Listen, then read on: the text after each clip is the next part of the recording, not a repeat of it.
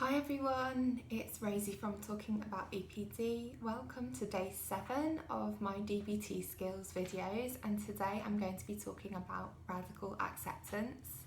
So the skill radical acceptance is really useful to do when something is happening or you're feeling something that you can't change. Or I find it useful to use when I want to know something but I just can't know. No matter how hard I try to find out, sometimes I just can't know the answer, and I find radical acceptance really useful to use then. I also find radical acceptance really useful when I want to change something but I can't. So some things you can change, many things are in my power to change. Some things, however, I can't. For example, someone else's reaction, how someone else feels, what someone chooses to do with their life, the weather.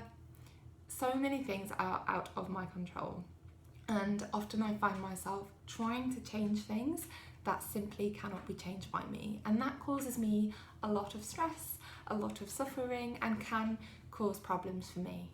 I'm one of these curious people who always wants to know something, and often when somebody behaves in a certain way or says something or does something, I often want to know why. I often want an explanation, and sometimes people can't give me that, aren't able to give me that, don't want to give me that, and that's their right. Like, nobody has the right to, people don't have to explain themselves to me. So sometimes I'm upset or frustrated because I want to know something but I can't. So that's when I try my best to use radical acceptance.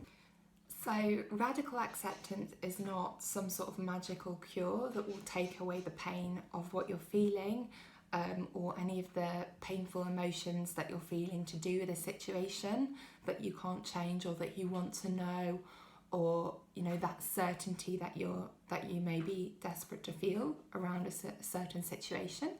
However, radical acceptance can reduce the suffering that you feel about that situation.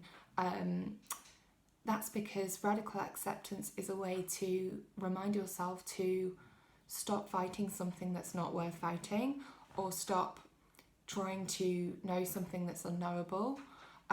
In a way, I tend to think of radical acceptance as a way to preserve my own energy and to remind myself not to go down an avenue that's actually fruitless for me. So it's a really scary thing to do, to radically accept something, and it's something that you have to do over and over again. So I often find myself reminding myself to radically accept something, to tell myself, look Rosie, you want to know this thing, or you want to do this thing, or you want something to change, but there's nothing you can do to change it right now.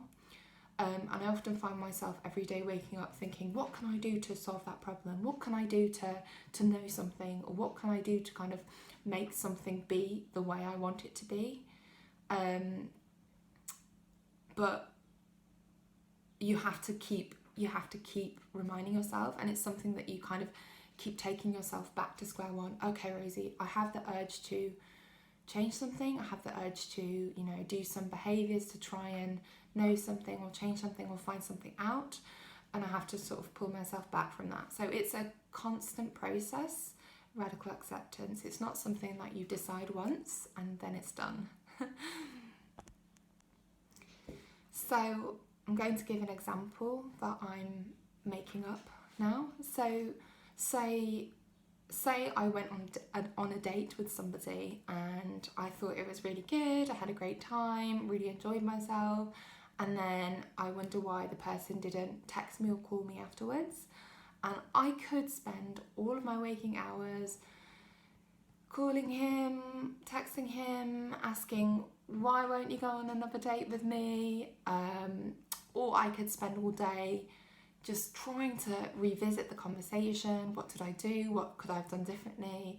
I could spend all day all week, month, year even, trying to figure out what I did wrong, or,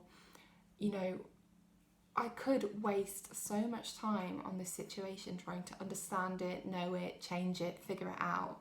Or I could radically accept that I don't know, I will never know, or I may never know. And no matter how many times I get the urge to try and figure out why I didn't go on a second date,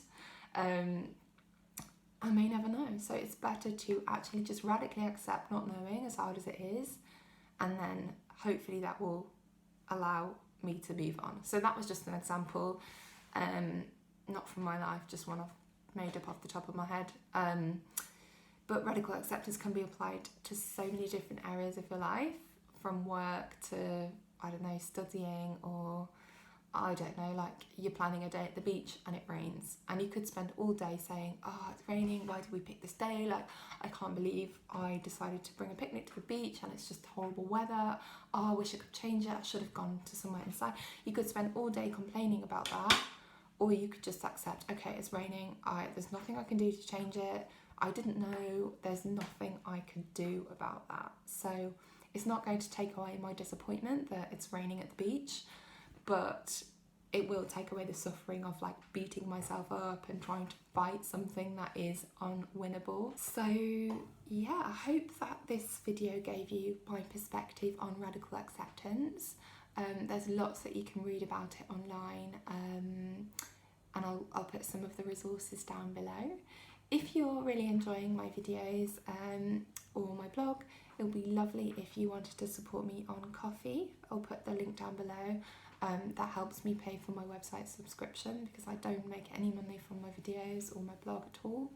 And my website subscription does cost me £150 every year. So yeah, I'd love to know what you think, and I hope you have a good weekend. Bye!